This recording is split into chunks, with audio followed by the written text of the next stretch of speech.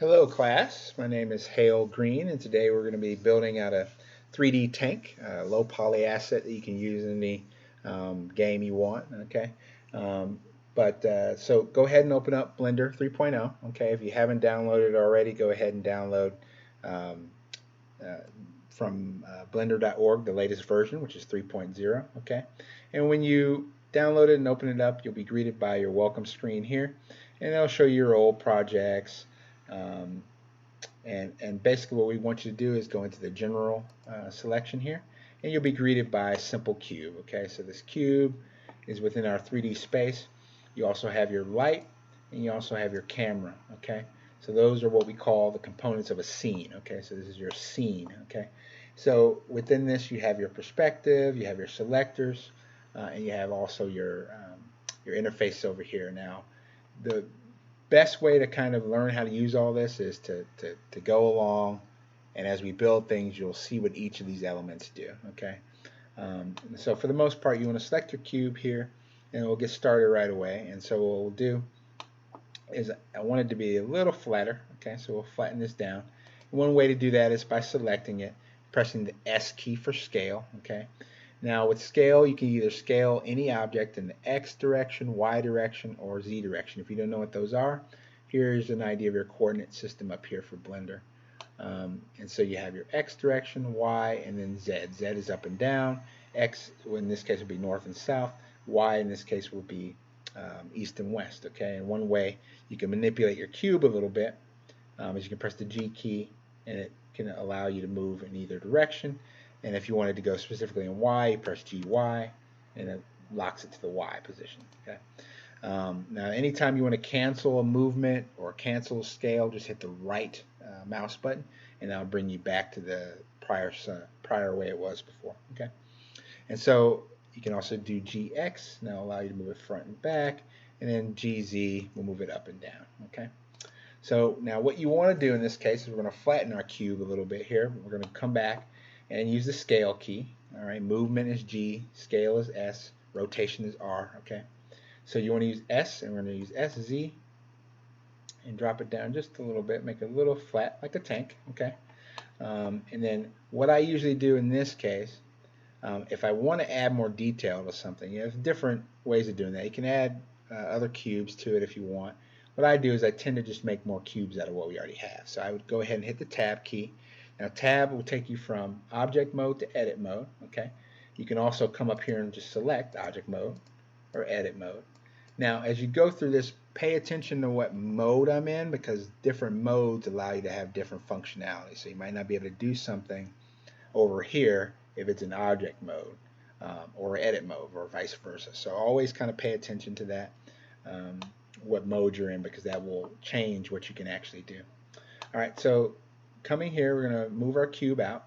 Okay, and basically we're going to, in our edit mode, we're going to come out to Control R. Okay, what Control R does is allows for loop cuts. Okay, so you can add tiny details this way by using loop cuts. So one thing we're going to do is we're going to do a loop cut here, and what that does is it cuts our cube, our shrunken cube a little bit, into different boxes, different faces. Okay. Now, if you press the 1, 2, or 3 key, you can select the faces. Okay. So 2 will select edges, all these different edges. 3 will select faces. 1 will select the individual vertices. Okay. So you can manipulate them as needed. Okay. If you want to just move a corner up or something like that. So in this case, we're going to do this again where we select a face, pressing the 3 key, select the face. We're going to do another loop cut. And that should be good. Let's do that. Now you can also, when you do a loop cut, if you don't click it twice, just do it once, you can move it up a little bit and allow you to have a little bit of scale there. Okay. So we have proportions that are different. Okay. So now I want you to select the face here and here. And actually, let's do this first. I want to make these tracks look a little bit more like a tank track. So if you look at any reference images of a tank, you notice that the bottom part is more like a trapezoid, so it moves inward rather. And so select the bottom part, and shrink it down. Now what you want to do is shrink it down in a particular direction, so you can do SY, and that drops it down like that. So now you can see the bottom part of our tank track starting to take root here. And so another thing I would add at this point is just bring this middle part up, okay? But let's first make it a little wider, okay? So let's do S key. Let me do that, actually, it looks good. And then I wanted to make it wider in the X direction. And then I want to move it up. Now the way to move it up is to press the E key to extend it, okay? Or extrude it rather. And then there you are, okay? So it's starting to take shape. Our little tank is taking shape here. So one thing you want to do as you kind of get things as you want them, I would make sure you start saving, because Blender is a great tool, but it tends to crash on occasion. So what I would do is I would get in the habit of just naming and making objects and going ahead and saving them as you go. And you want to make sure you can find it again, so make sure you name it appropriately. And then what I usually do is I assign it a number too, so I can tell what version it is, okay? And so that way, if I make a mistake, I can always go back to version 2 or 3 and be a little closer, and then I can go from there. So this just helps you build things out and not be so nervous about it, okay? All right, so one thing I'm going to do here is we're going to inset this, okay? So one way to do that is to select your two faces, okay? As we develop the tracks for the tank here. So select your two faces, and I would press I key twice, and go ahead and drop that in. And then we have our inset here, okay? And you can manipulate this as needed. Now, what I would do is I would select the face of it and hit the E key and hit negative, or the minus key, 0.2, okay? And that drops it inward, okay? So come over here, do the same thing on this side, E minus 0.2, okay? Now you can also do that by manipulating the mouse. So if you wanted to adjust it, just hit the E key and then you can drag and drop it like that, okay? But in this case, it's easier if you want both sides to be the same. You want to go in and just use a number like that. So I usually 0.2 is really small, okay? If you use a solid number like 2 or 3, it'll go all the way through the model because it's just on a bigger scale, okay? So use 0.2, and you want to put negative in front of it if you're going inside of an object. If you want it to stick out, let's just do this one here, you would hit 0.2 by itself without the negative, and it'll come out, okay? All right, so, but that's not what we're going for. So we're trying to create a track here. So what I would do is I would grab this edge, and you can grab all of them by selecting one and pressing the Alt key, and then I would just extrude that out too.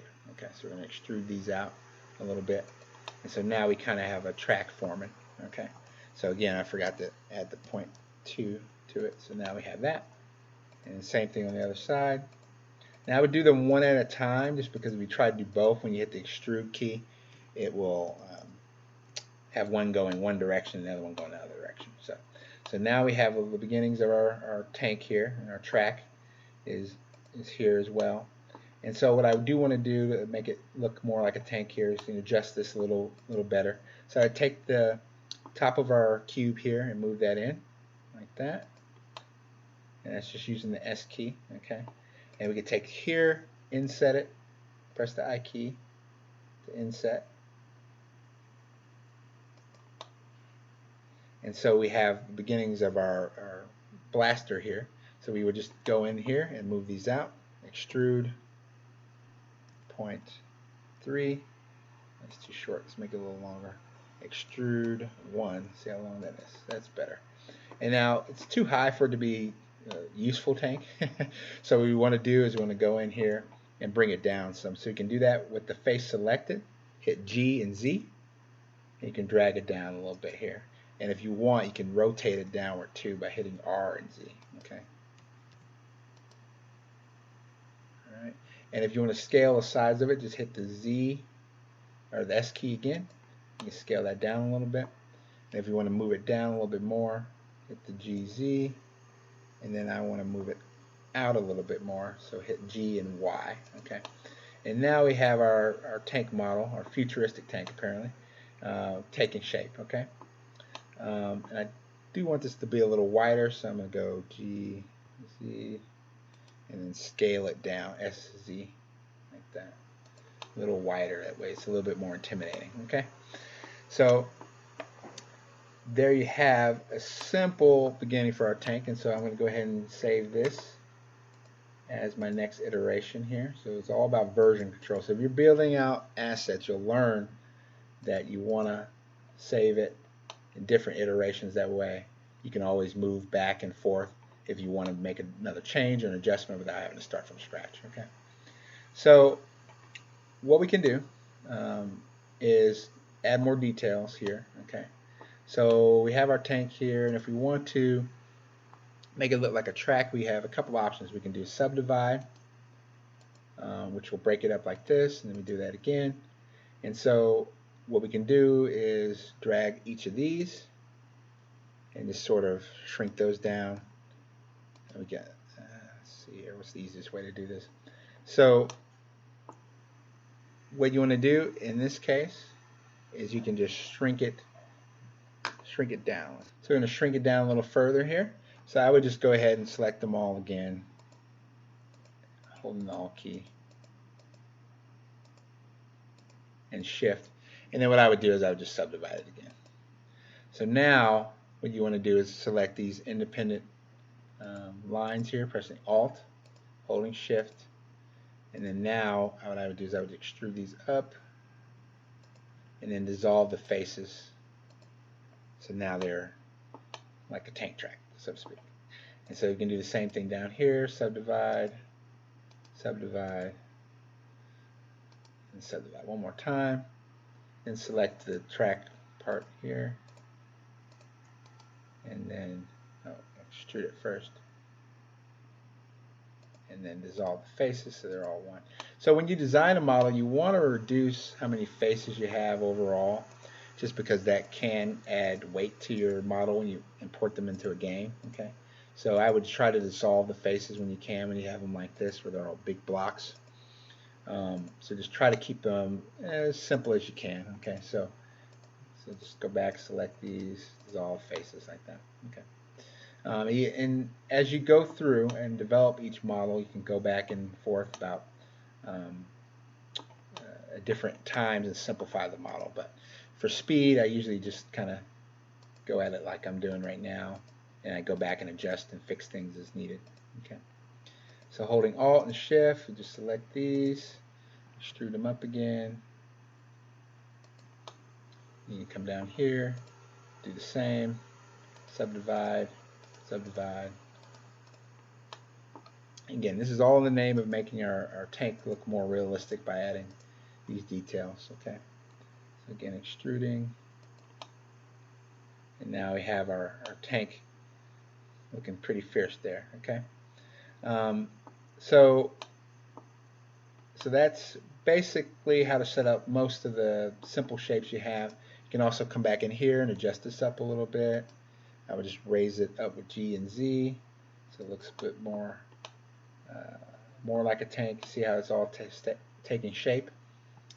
And then you can do something here if you want to extend this out a little bit, make it look like it's a an ammo container or something.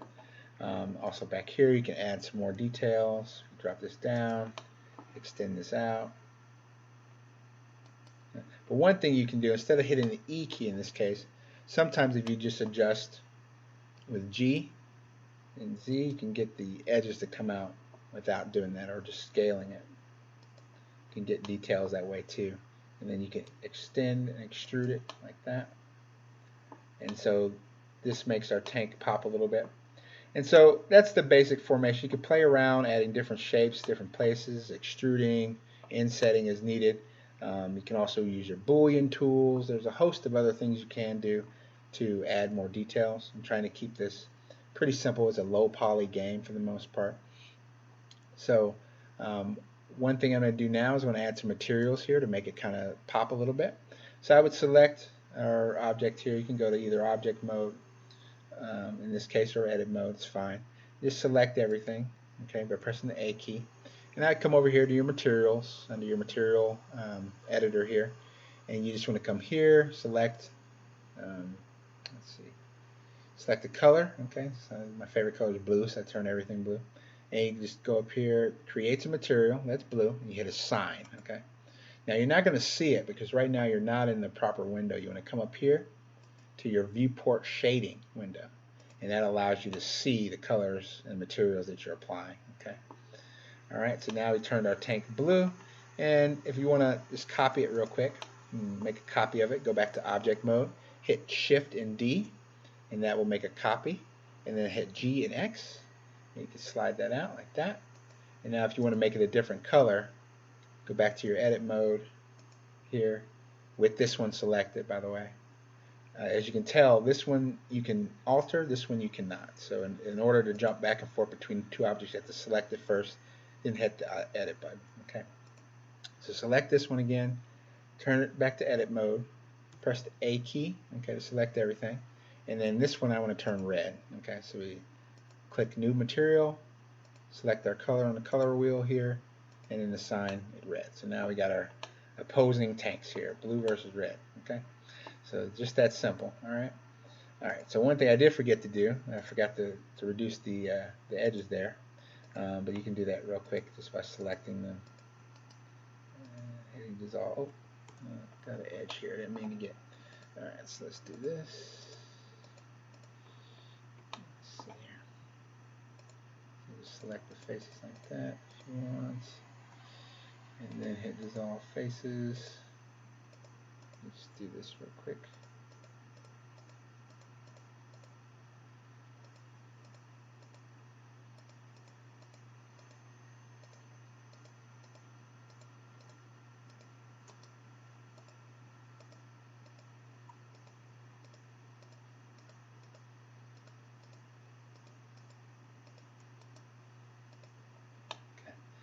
So again, you want to keep your polys pretty low there. Okay. So now our blue tank. Okay. You want to come over here, and we're going to add some emissives, some lights. Okay, make it pop a little bit, stand out a little bit. All right. So you want to select your face here, and we're going to add a different material. Okay. So we're going to assign it a new one. Assign new, and then we'll come up here on our surface. We're going to select emission. Okay. And make sure that face is selected, and then we come down here and we'll assign it there.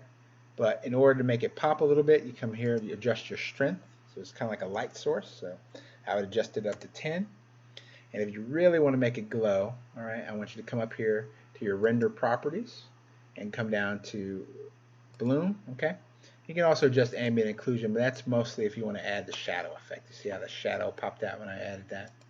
So you have nothing, and then you hit ambient occlusion. So you hit ambient occlusion, now you see that shadow comes in. It wasn't there before.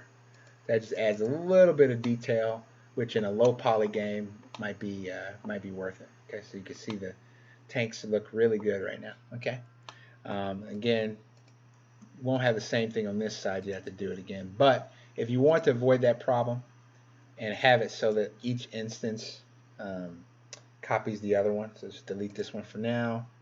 We'll come back, hit Shift D again, GX to move it out. We'll go ahead and grab it again, edit, go back to materials. Now sometimes it'll save your materials, and if you want to find them again, you go here. So now we turned it back. But if you notice, the changes we made to this one are now on this one. Now if you want that to happen every time, when you select something and copy it, hit Alt D. Okay. And what that will do is that will create a linked copy of it. So as you change one, it changes the other. So we'll adjust this one now. And let's add a backlight. So this little portion right here, we can add a backlight to it, okay, by taking our emissive and just hitting a sign button. So now we have little lights on it, okay? And now we can have a nice game that way too. So, and notice that both instances in this case of our model both reflected that change. Okay, so another thing we can do with this one selected, we can add like some little eyes or some kind of scanner or something. So we inset like that, and we can make it a different color. Make it a little smaller actually. I'll make a small one within that one. That's fine. So come here and over to our material editor, and we want to make sure we selected the face that we want to change. We make a new material, and you want to select here, new color, any color you want. In this case, I'll make it blue. Let's make it something neutral, blue versus green. Make it green. And we'll sign it, and then we'll make sure it's emissive first, and then adjust the color again. So green, and our strength will make it 5.0, so it won't be quite as bright. But in this way, it kind of looks like it's some kind of scanner device or something for our tank. And so that's the basic way to build out any of your assets and have them so they can adjust them as needed. Again, we're going to go ahead and save again. This time we'll save it as mesh 3.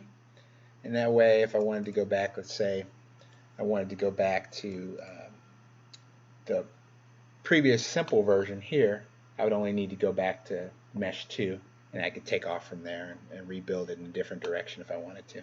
So it's important to do it, especially if you plan on doing a lot of build outs. You want to create your own little library of different versions of everything you do. That way, if you want to do a subtle change and make another game, you can just start over again with a different instance there. Okay, so that is our simple little tank here. You can add, projectiles and make projectiles within Blender, and then have them within Unreal Engine shoot out. I build out the models, and then the weapons and the ammunition and all that kind of stuff in Blender as well. So you can do all that here and incorporate it in Unreal Engine or Unity, what have you. If you want to add more detail to the skins here, let's just go in here and add a little bit more detail to our tank texture. So with the material selected, you can come down here and you can make it metallic. You notice both are changing, so now it looks more like a metal tank here. Okay. And if you want to add a little bit more roughness to it to make it less metallic or more metallic, just adjust your roughness. Now we got a cool little effect there. Okay. It's a little too shiny for my taste, but you can adjust any part of this to be like this. So if you don't want the whole thing, what you need to do is just come in here, select each different face here, and let's say we want to make this like a armor or something like that. You just need to give it another material. So add another material, and let's make this one black, like that, some kind of armor or something. And then you just want to assign it, and now that material is present there. So now it's got like a black armor to it on that part. It's not shiny or anything like that. So maybe it takes you 2 hits to destroy the tank there or something. You can adjust any part of this like that. So you want to just quickly add the material there. You can do that.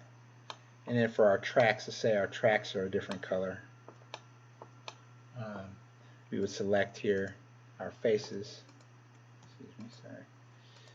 And select each one. And certain parts of your modeling are going to be more painful than others, like doing all your fine details tend to be a little bit more time consuming. Okay, but if you want to just adjust it, so now if you take a look at it, our track is starting to take root there. Maybe that's armored as well on the top, and you can just go around the whole thing and change it all over. Okay, let's go to, and again, because these are linked, you're making the changes to both at the same time. So just keep that in mind. Okay, it was purely for just showing you how that's done, but now we can get an idea of our tank track there. And let's make this a little less shiny. It's driving me crazy. Sorry. So the material, select the material, and you can drop the roughness or increase the roughness a little bit to make it less shiny. Make it a little shiny. Okay. All right. Sure, somebody liked that. Okay. But so there we have our assets. Okay, for our game, and you can make them move within Unreal Engine and add the functionality there. Blender is useful if you want to add animations, and we'll get into how you can animate these and make the gun move around, maybe move it up and down. That's pretty simple to do within the Blender power base there. And so we have our beautiful tanks there, and look at that. Nice. So we'll get into why it looks like this. This is what we call HDRI. Okay, so it just means that the background image is why it looks like it's trees and its reflection, because certain parts of it, the visuals, it's surrounded by trees, certain elements. Okay, so other ways you can view your models, you come out here and you can look at it through wireframe. You can go back to your shader view, where there's no shading view. And then if you were to render it, let's say you want to take a picture of your um, tank that you built out, you would hit Control Alt 0. So Control Alt 0. That pulls your camera view. And if you come up here to render, you can render an image and it'll show your image. You can't see my final image, but it'll allow you to take pictures and snapshots of your game. That's how a lot of people or game developers, when they develop these things, they tend to take pictures of their in-game sequences so they can show in Steam and things like that. So that's how you would do that. Okay.